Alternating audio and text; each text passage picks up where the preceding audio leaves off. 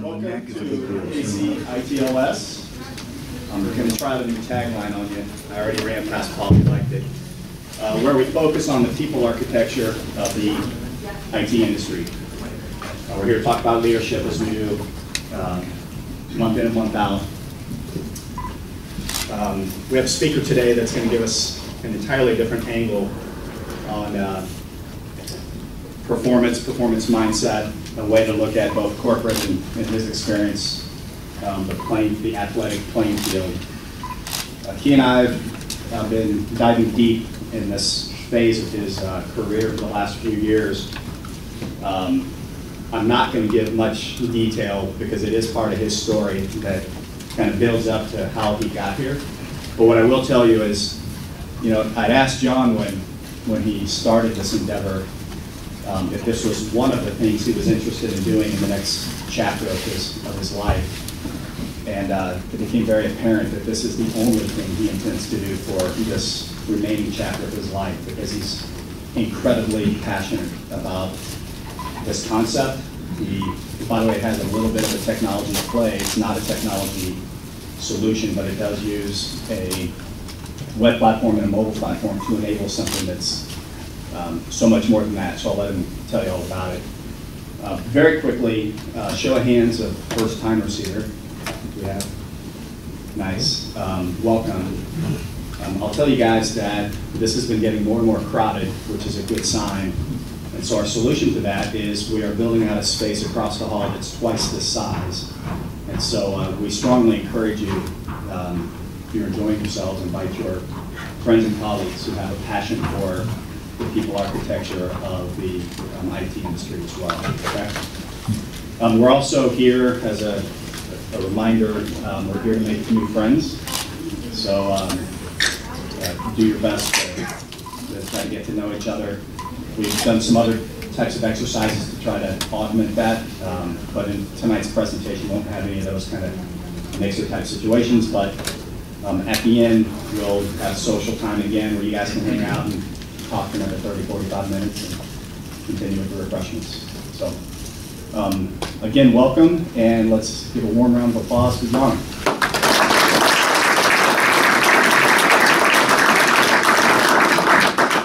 Hello. How you guys doing? Very good. Good. All right. Can you guys come over here? Rick, can you hit live? Stand over here. Okay, so Michael mentioned I retired from a 10-year NFL career a few years back in 2012 and transitioned out of the sports world into what I'm doing now, which we have a mindset training company. So it consists of in-person training, but then also a technology that helps supports that shift. And so I want to share with you guys as much as I can in a short amount of time some really powerful principles that I would have given just about anything to have someone come back and share with me a long time ago. These have been very impactful in my life, and I want to try and get through as much of this as I can. And I want to frame it all around mental toughness. Do we have any mentally tough people here? No? It's all relative. How about mentally weak people? Any of those? You? Well, a few years ago, I realized that I epitomized my definition of mental weakness. And that's, being an academic All-American at Kansas State, second-round draft pick in the New York Jets, 10-year NFL career. And I realized that by far my greatest limiting factor throughout my entire career was my own mindset. And what I realize now is that everything drives mindset. It doesn't matter. Mindset drives everything. It doesn't matter what we're doing. Technology, life, relationships, mindset is what's behind it all. And I had no idea how I was undermining so much of my efforts in everything that I was doing. In some ways, my mindset was helping me a lot. In other ways, I was completely unaware of it was undermining all of my efforts. And so I want to share with you a couple potentially paradigm shifts for you. And I want to challenge you to think a little bit outside the box. And I also want to talk about the mind and the brain a little bit in order to do that. So I want to start with Dr. Jill Bolte Taylor. Anyone heard of Dr. Jill Bolte Taylor? So she is a neuroscientist. She was teaching at Harvard University, has a really amazing story. A New York Times best-selling book called My Stroke of Insight. What's interesting about her story is that she's a neuroanatomist, and at the age of 37, she has a stroke. and loses access to the left hemisphere, or the analytical portion of her thinking mind. She loses language, she loses memory, she loses motor function, and she essentially becomes a vegetable. She needs constant care, and for 8 years she lives in this state. Now she ultimately recovers, becomes a neuroanatomist again, but she's going to, in this TED Talk here, she's going to spend a few minutes and tell her experience while being incapacitated, because she still remained lucid. She was coherent. She could remember what happened, and she's going to describe that experience here for us, hopefully. Nope. Can you hit it for me back there? Yeah.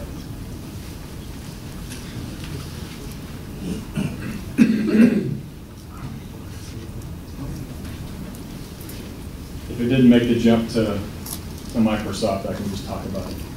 We did a little app, Mac to Microsoft shift here.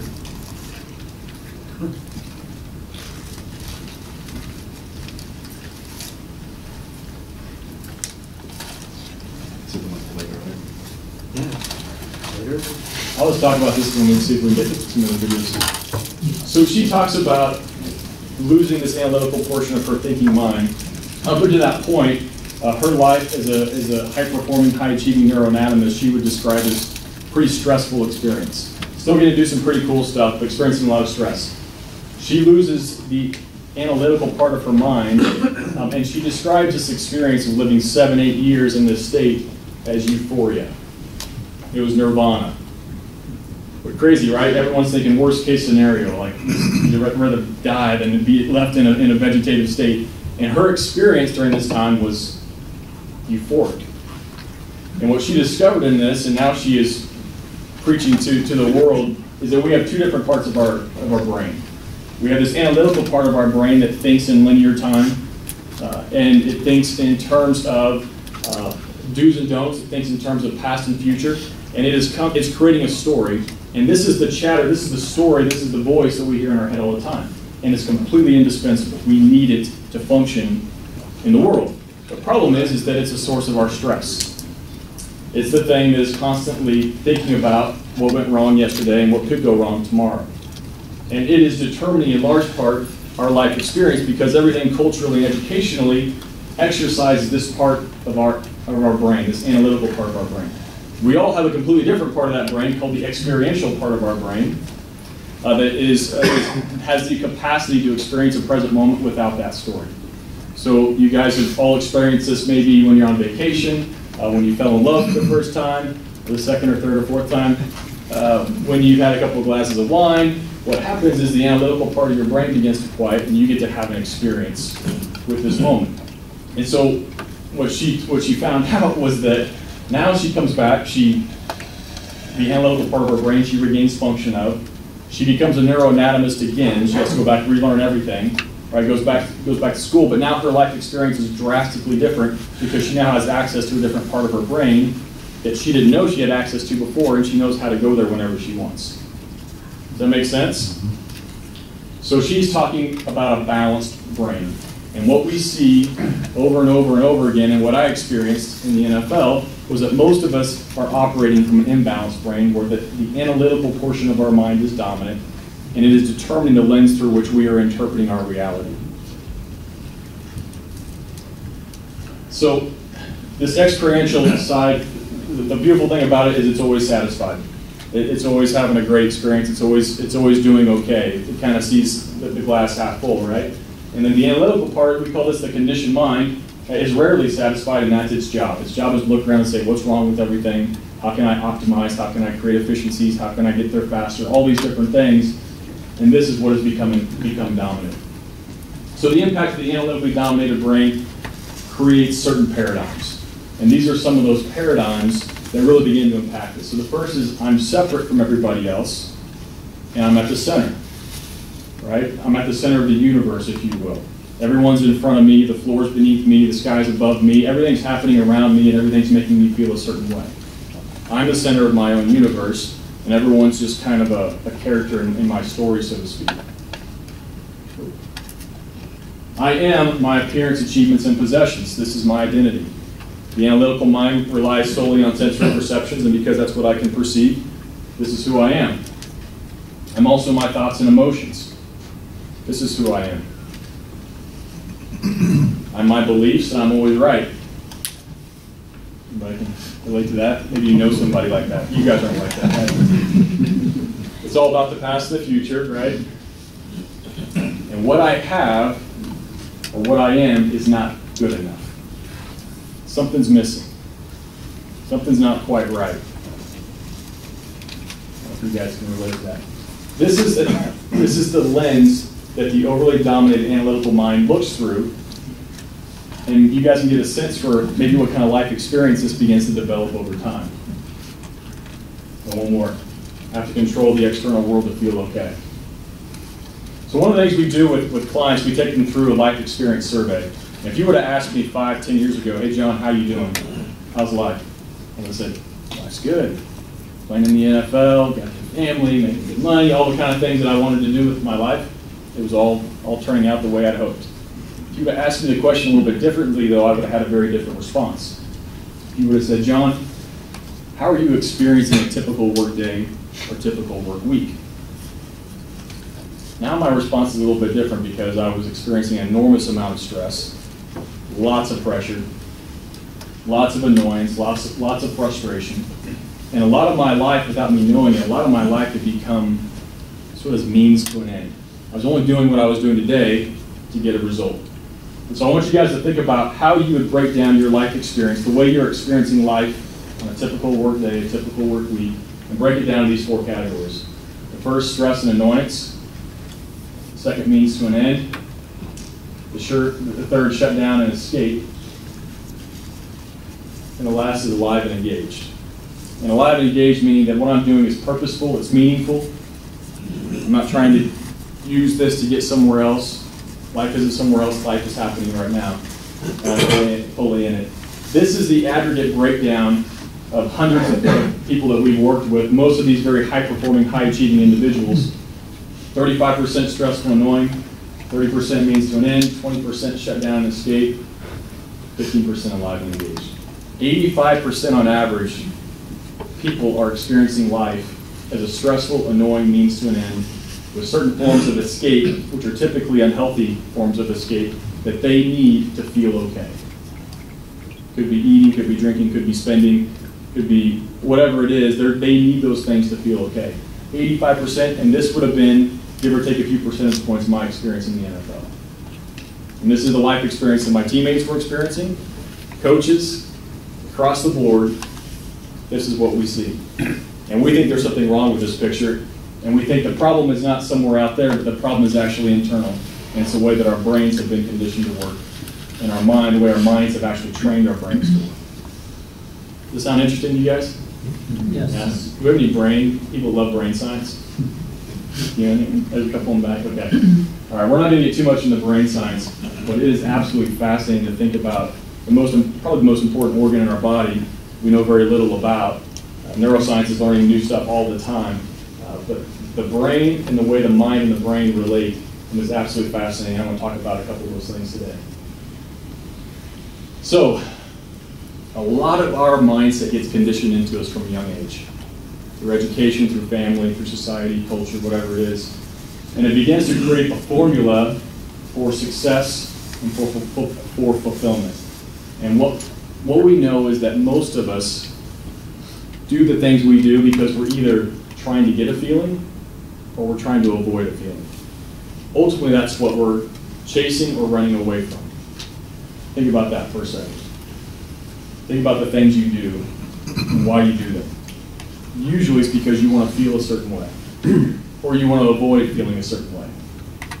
So I inherited this formula for success and fulfillment, and it goes like this. You work hard, you work smart, you perform at a high level, you succeed, and then what?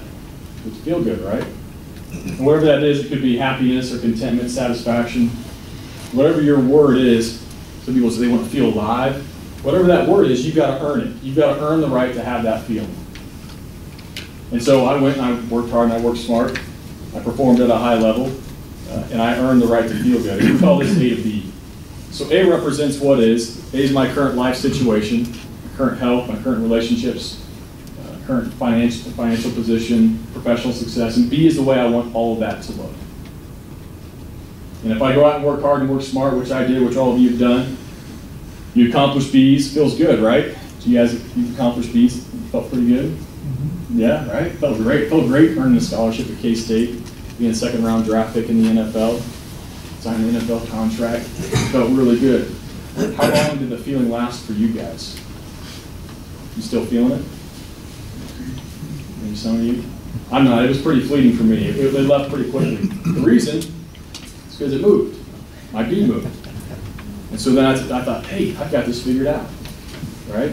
I know the formula. So I'm going to go work hard and work smart again, and I get to B. I get that dopamine hit, it feels really good, and it moves again. And pretty soon I found myself playing a game that I couldn't win. And the harder and the faster I ran, the faster my B's kept moving. And I hit a lot of B's. And it felt good for a few moments, and it was gone. And what I found was that my life, I could boil it down into a stressful, annoying, frustrating means to an end with certain forms of escape that I needed to get away from it. And I'm living my dream of playing in the NFL. How is that possible? Right? How many of you got to live your dream, like your childhood dream? Anybody? A couple of you? It's rare. It's rare for someone to get to do that. I got to do that, and most of it was not a good experience. Not a good experience. And I would have had a good excuse for every emotion I experienced. All the stress, I had a great excuse for it. It was injuries, and it was coaches, and it was schemes, and it was game plans, teammates. I had a good excuse for all of it. What I know now is that the vast majority of it was being generated by the way that my mind had been conditioned to work. And the chemicals that were being released by the limbic region of my brain, which had been conditioned and trained by my mind to interpret the world a certain way. So all those feelings that we have, right, the feelings that we're chasing, the feelings we're running away from, those are just chemicals. Our body's an electrochemical plant. It's releasing chemicals all the time. And we have basically lost control of those chemicals. And we can manipulate those chemicals. We can introduce external sources, right, and chemically alter our chemistry, change the way we feel. It's what the pharmaceutical industry does. It's what alcohol does, what food does. And we can manipulate it, but ultimately, if there's a problem, there's a problem, and we can only self-medicate for so long. So this was the game I played. Another way you can look at it, the black here represents anxiety or dissatisfaction, because those are our two motivators, right? In order to get to B, B's where it's at, so I need to get to B to feel okay. So black is, my A is not okay. So I have dissatisfaction, so it's going to propel me, motivate me to move forward. Or anxiety, because what if I can't get there? What if I can't get to where life's going to happen? So this is the green, of course, represents the little hits that we get. And this is how we could easily end up with a pie chart, a life experience pie chart that looks a lot like this. And then we die.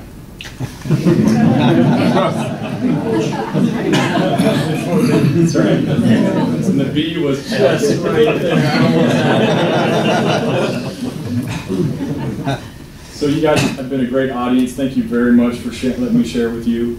I think we'll end right there.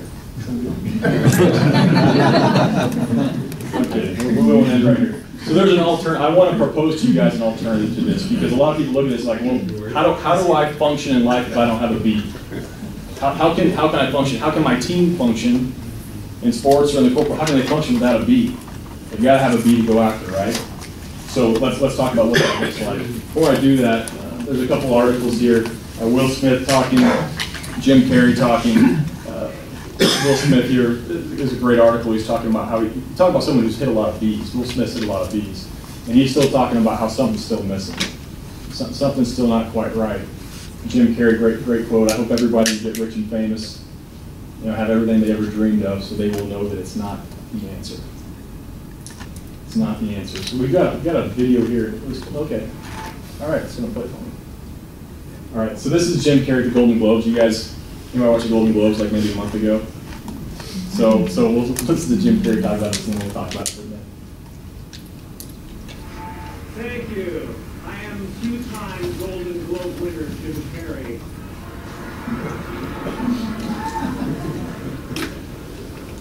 You know, when I go to sleep at night, I'm not just a guy going to sleep. I'm two-time Golden Globe winner Jim Carrey going to get some well-needed shut-eye. And when I dream, I don't just dream any old dream. No, sir. I dream about being three-time Golden Globe winning Jim Carrey. Because then I would be enough.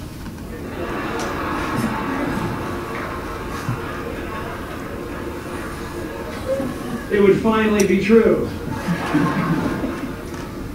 And I could stop this terrible search for what I know ultimately won't fulfill me.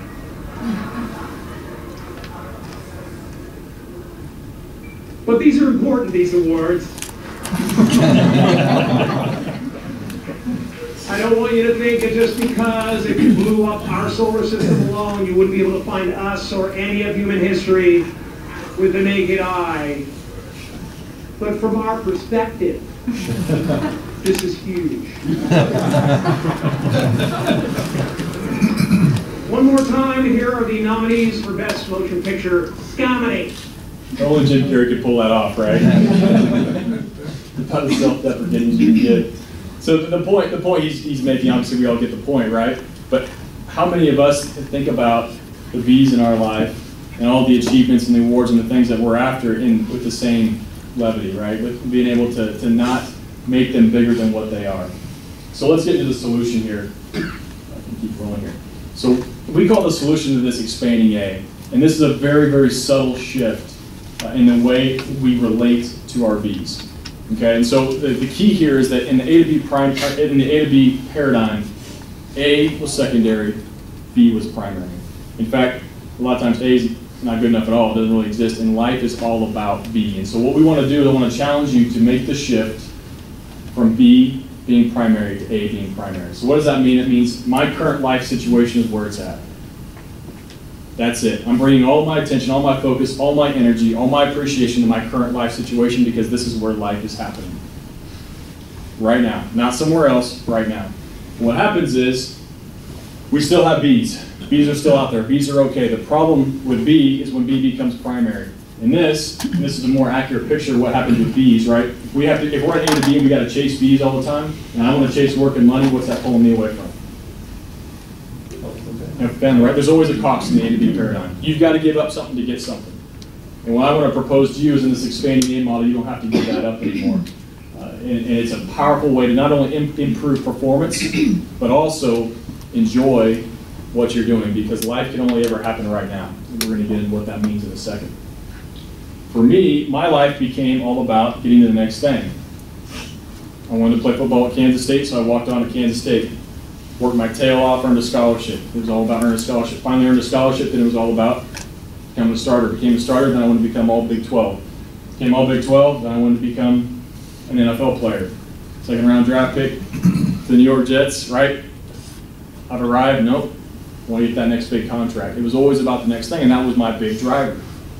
And that's also what robbed me of the experience of playing in the NFL, living my dream, but also significantly, I'm telling you, it significantly limited my performance. Significantly. If we have time, I want to get into how that happens specifically. But when we shift from A to B to expanding A, what happens is this. Your ability to influence and impact the world around you grows exponentially. The results follow this as a mindset. Here, it's not about getting the results. The results are a natural byproduct of the right internal, mental, and emotional state. So you get the results not because you need them.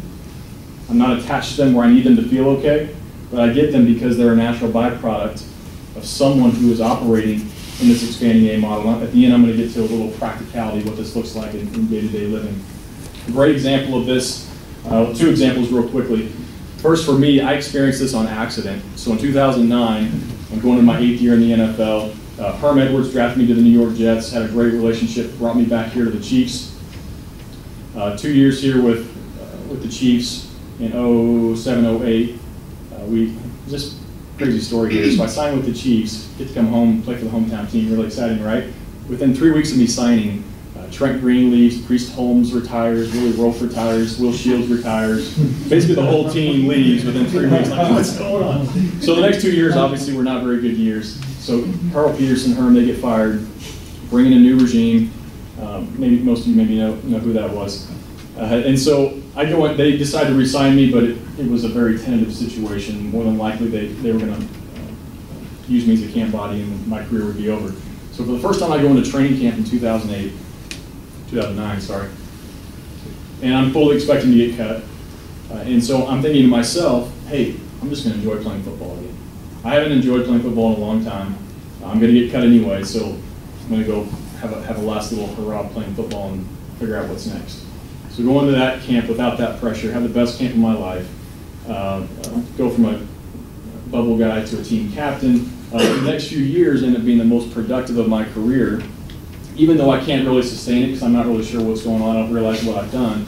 But I get to enjoy those last few years way more. Now looking back on it, I realized because I took the focus off of the result.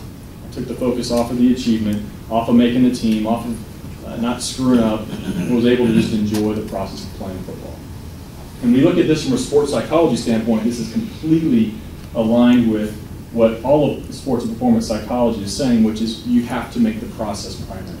When you make the process primary, the quality that you bring into what you're doing goes up significantly, and ultimately good results follow.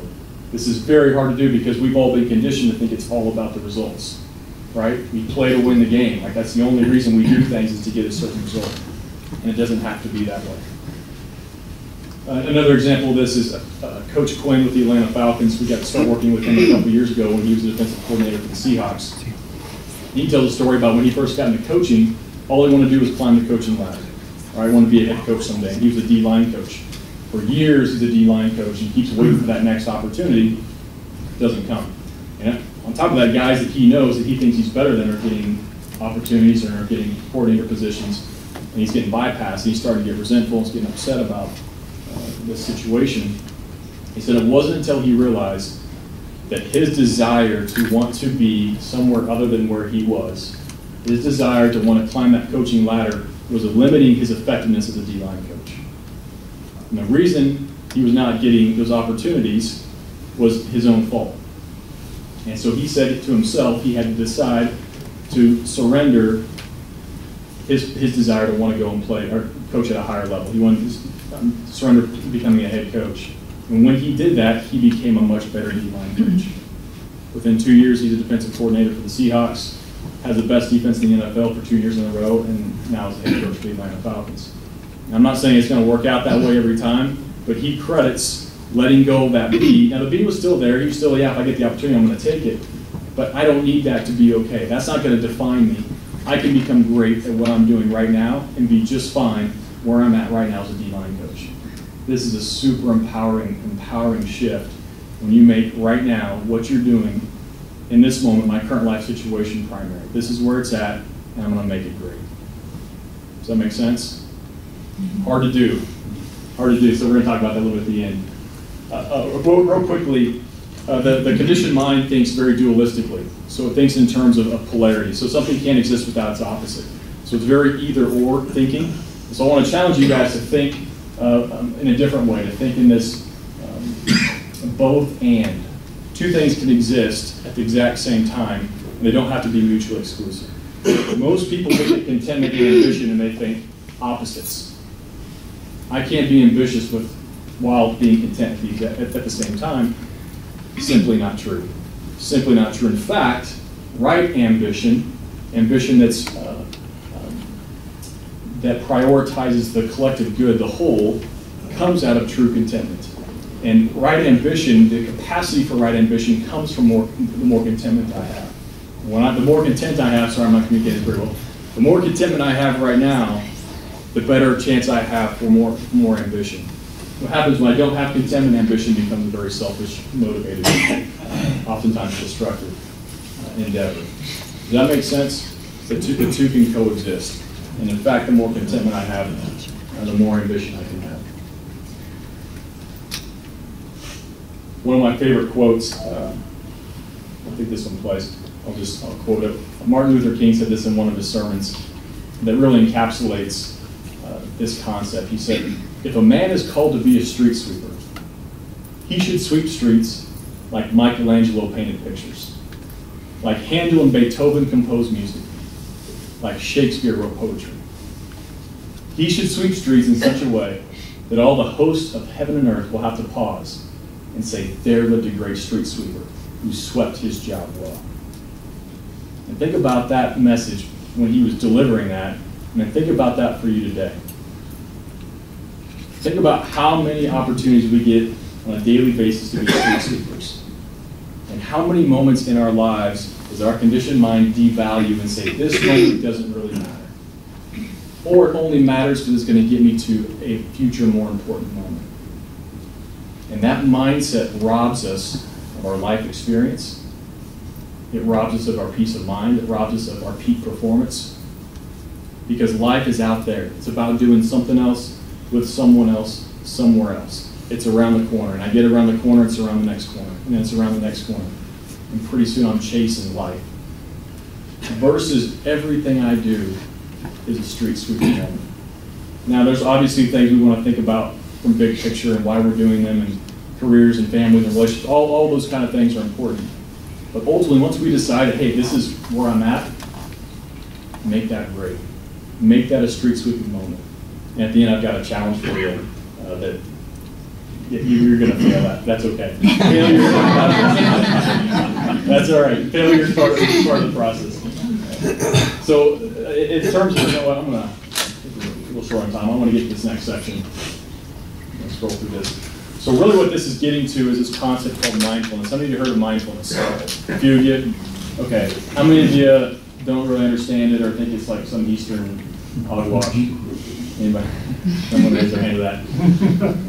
So there's different ways to talk about mindfulness. The way we define mindfulness is it's the practice of purposefully paying attention to the experience of the present moment without judgment and without expectation. I'll say that again.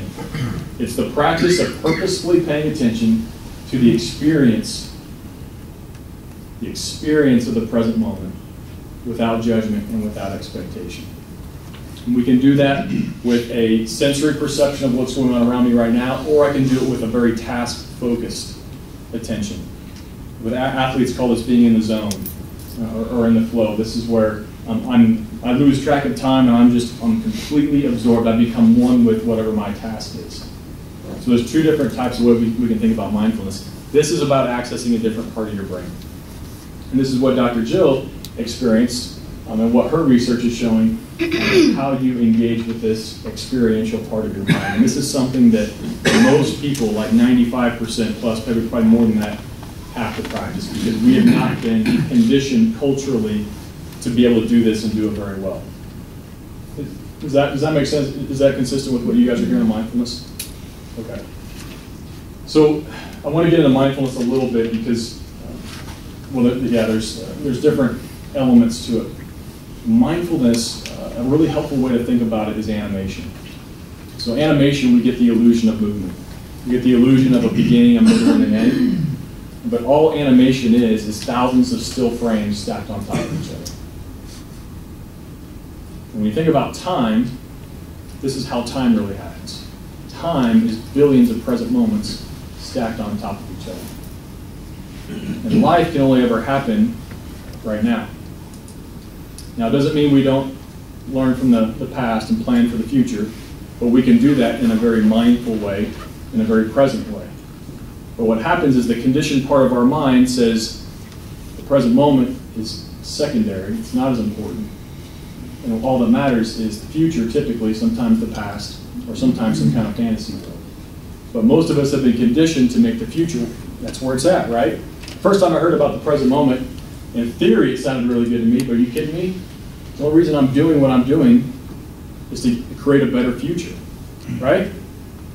And so the whole present moment thing didn't make sense to me until you have an experience with it.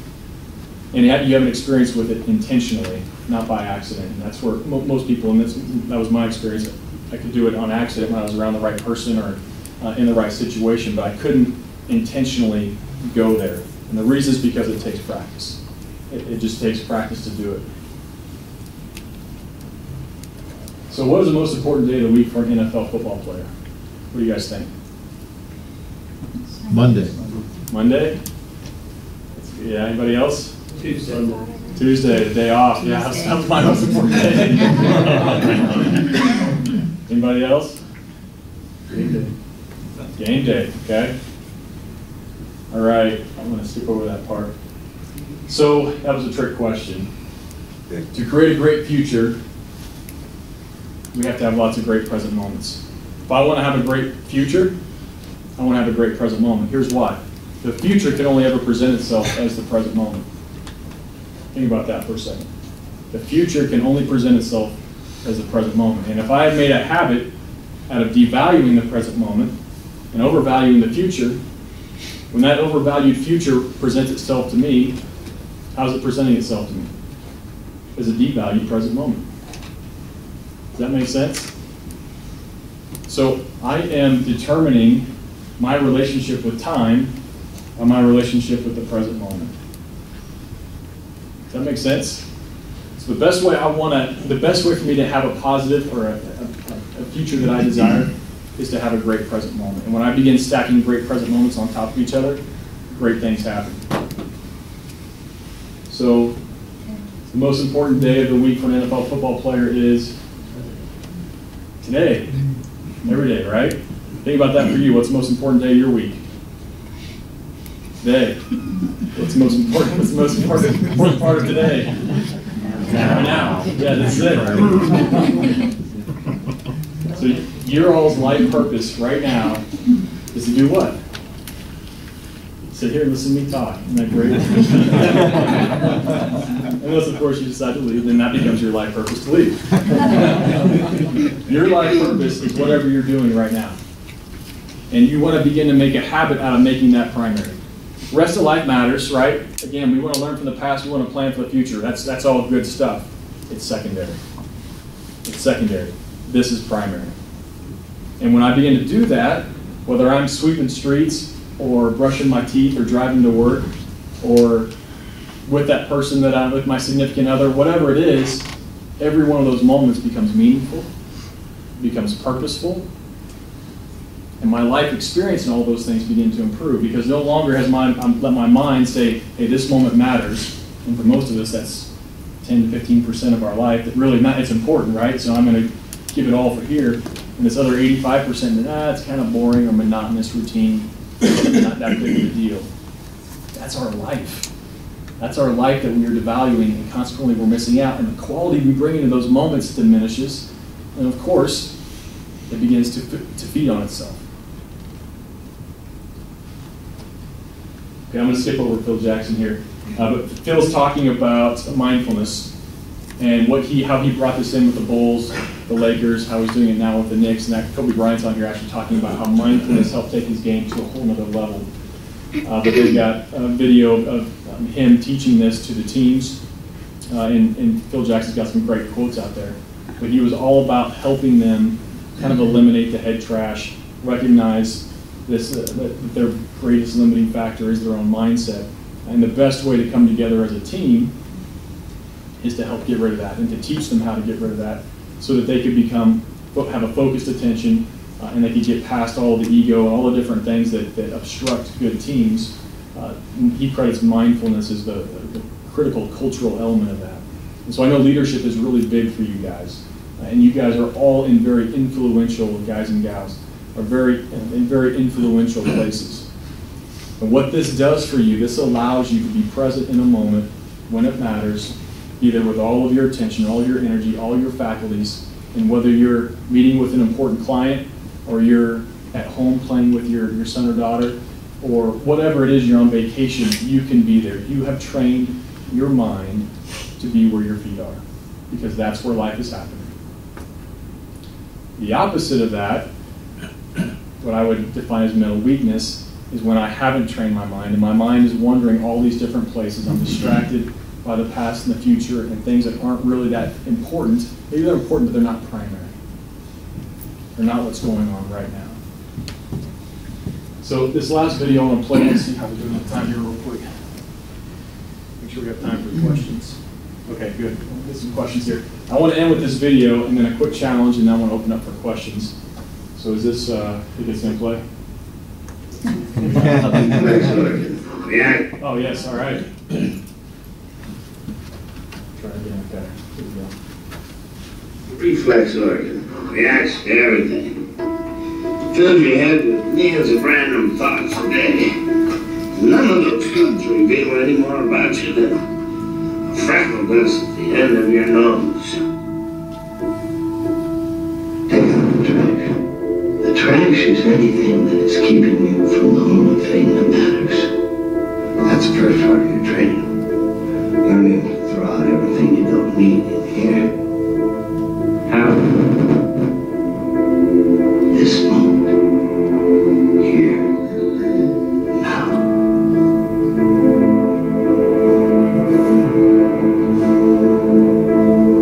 When you truly are in the here and now, you'll be amazed at what you can do. How well you do it. When you feel fear, use the sword. Take it up here and cut the line with ribbons. Slash through all those regrets and fears. Anything else that lives in the past or the future. Life's choice. You can choose to be a victim or anything else you like to be. Just ignore what happened to you. The warrior acts only a fool reacts. The warrior does not give up what he loves. He finds the love in what he does. The warrior is not about perfection, or victory, or invulnerability. He's about absolute vulnerability. That's the only true courage. What if I can't do it? That's the future. Fill it out. Well, how would we start? Basically, study. Only do that.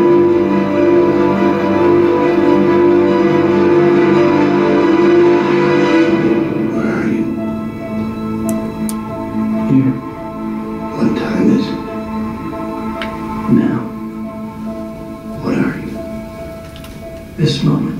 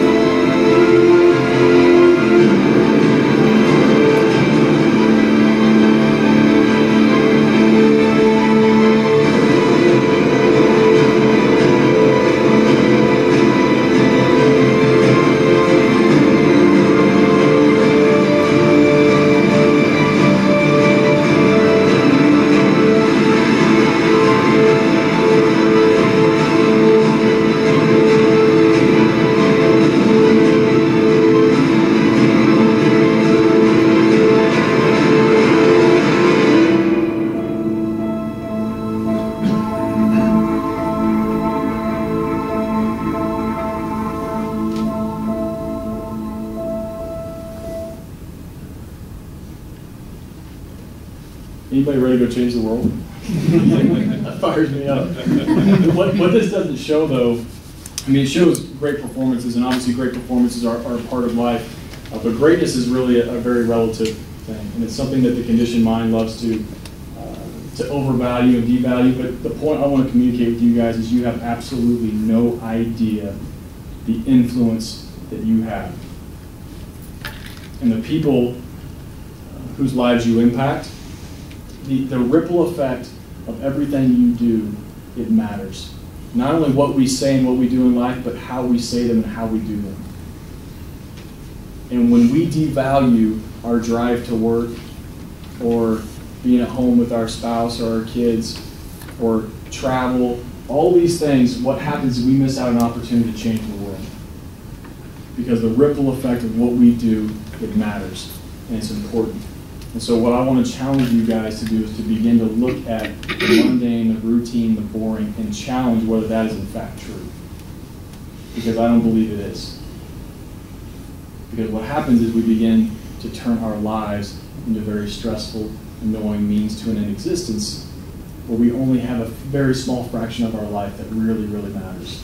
And that's the only part of our life that we really give it everything we got. And everything else is just kind of coasting. And it doesn't have to look like Olympic gold medals. It can look like very, very normal, everyday things that we do in extraordinary ways.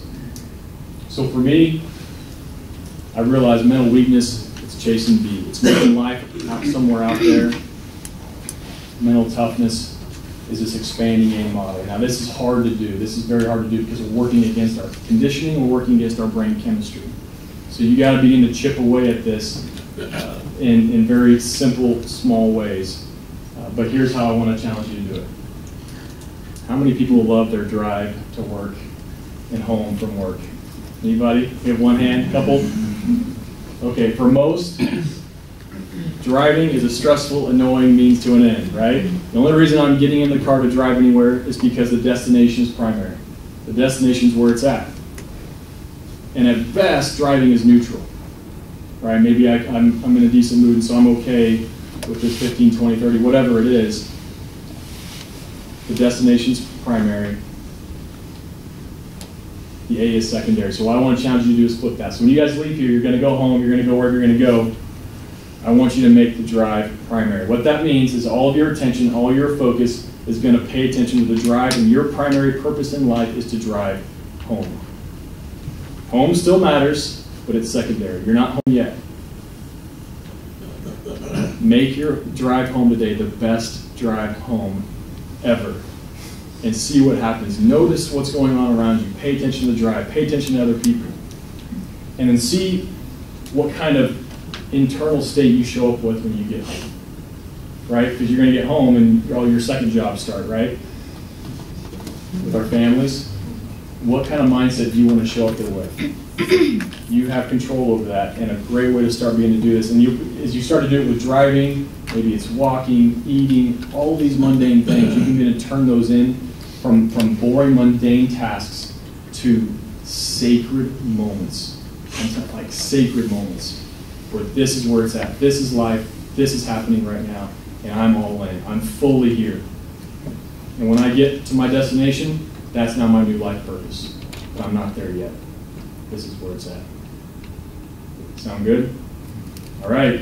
You're going to fail. It's okay. It's okay. Your mind's going to wander. You're going to think about all these other things. Just bring your attention back. And in fact, every time you do that, you intentionally redirect your attention from that mind-wandering, mindless state back to what you're doing. You're powerfully rewiring your brain. And it will get easier as you do it. All right? Any questions for me? Thank you guys very much, by the way, for your attention.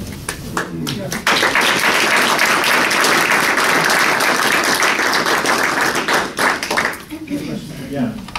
Very thought-provoking, John. Thank you. So you say that toward the end of your career, you start to stumble across, this state of mindfulness. How did you transition from that accident to this life purpose right now? Yeah.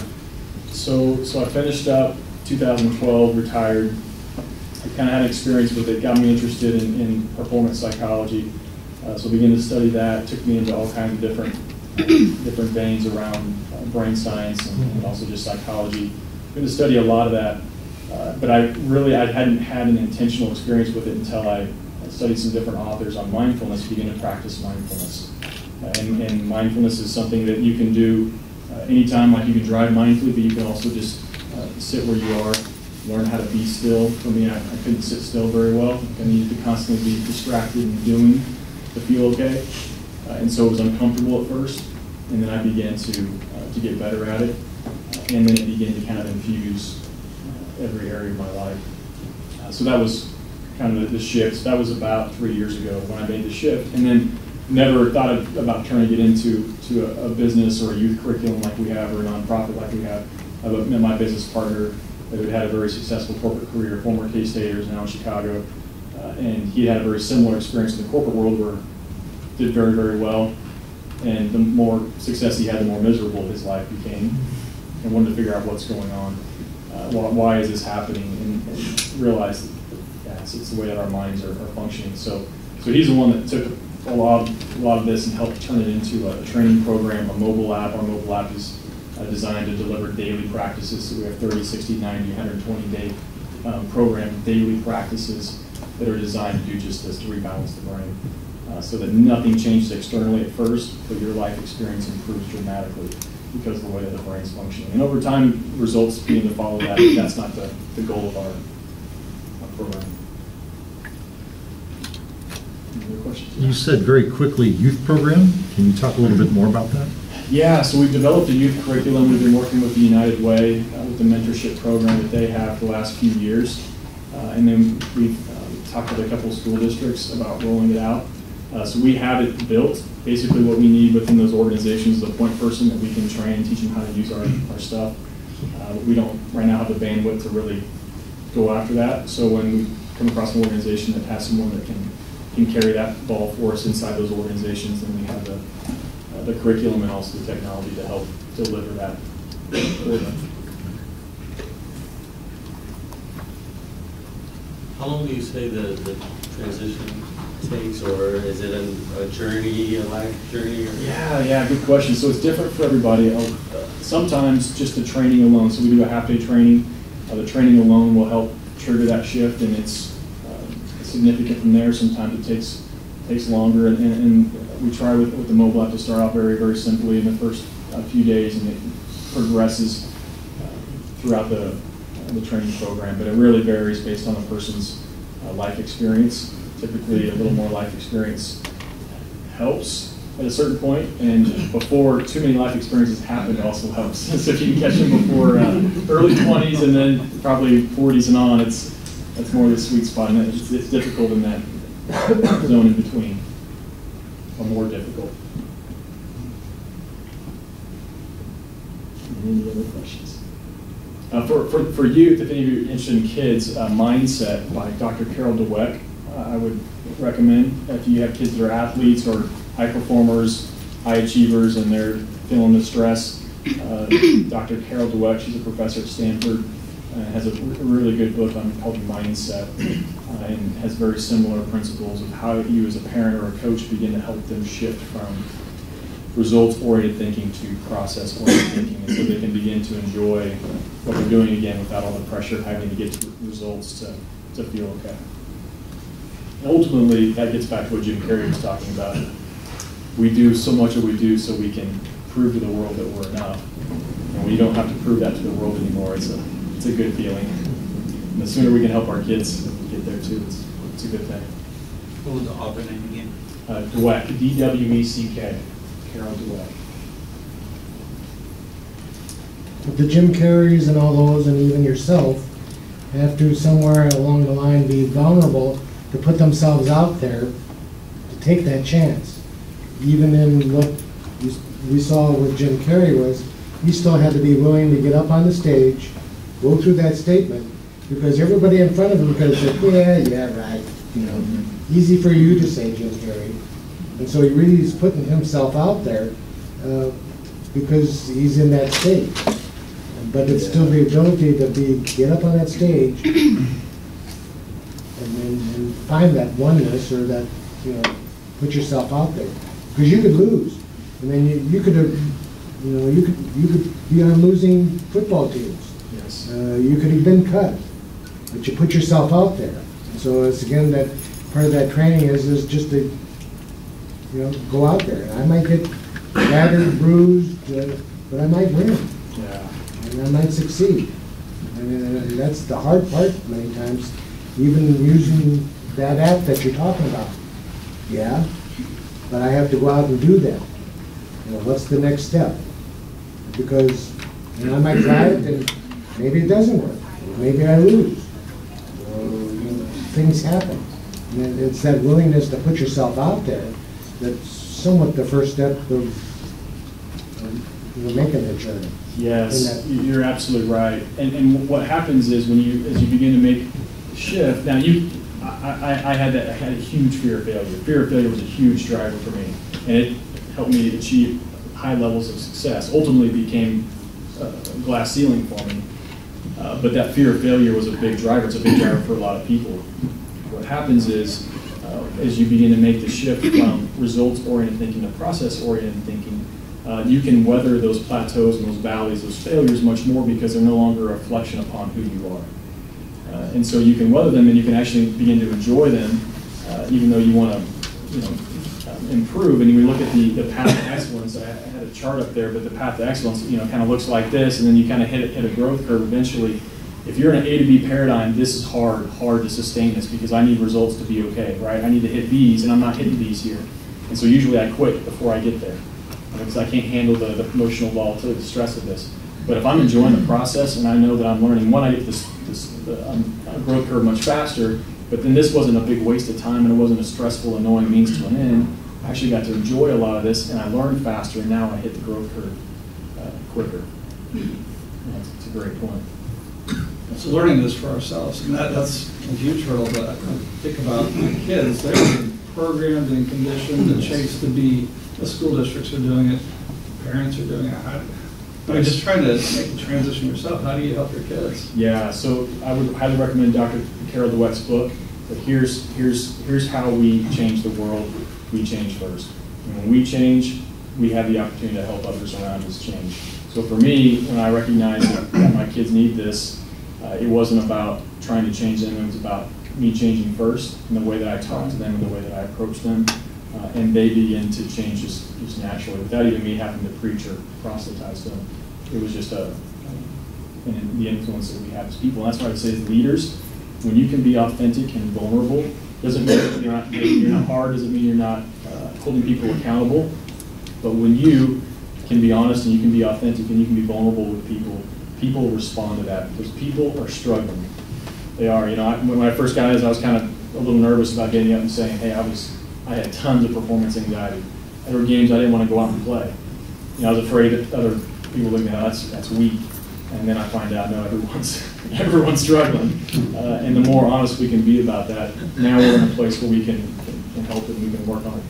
Has to be a direct correlation to depression, anxiety, suicide. Direct correlation. Yeah, and I'm shocked right now. I work with guys that I play with, teammates, that I would swear were having a great time playing football. And there's not only were they depressed or anxious, they were suicidal.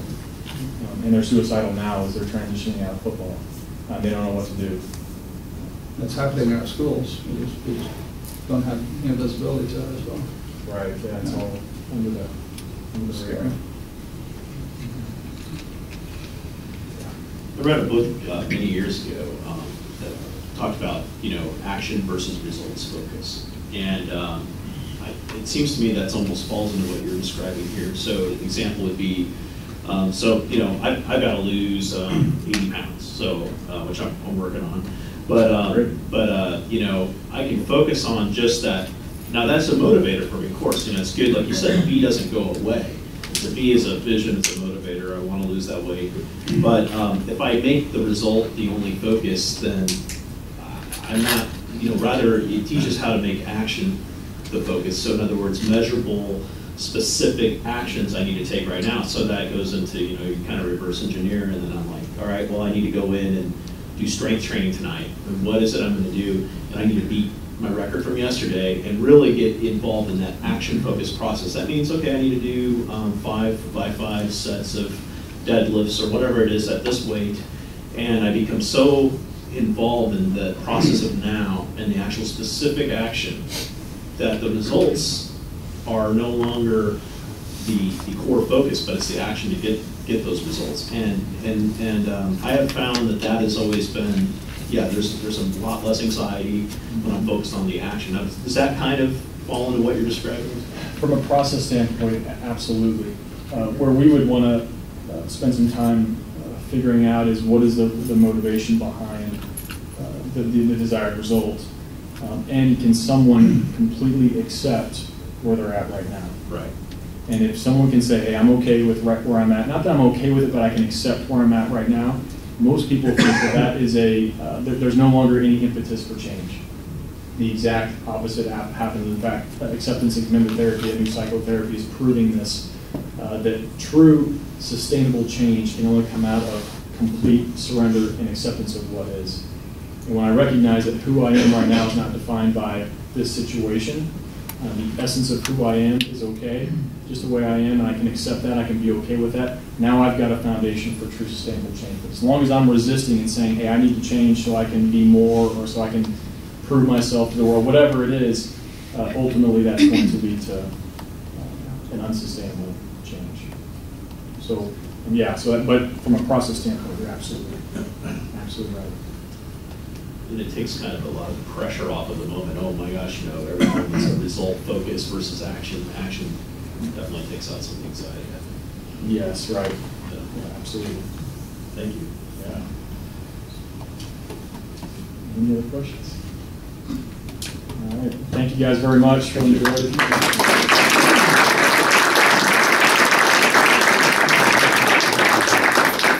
So at the present moment, I'm going to do a thank you in front of a room full of geniuses. But as you know, John's doing this on his own time. So say thanks. We've made a contribution to his company, Vision Pursued Charities. So thank you very much. Yeah.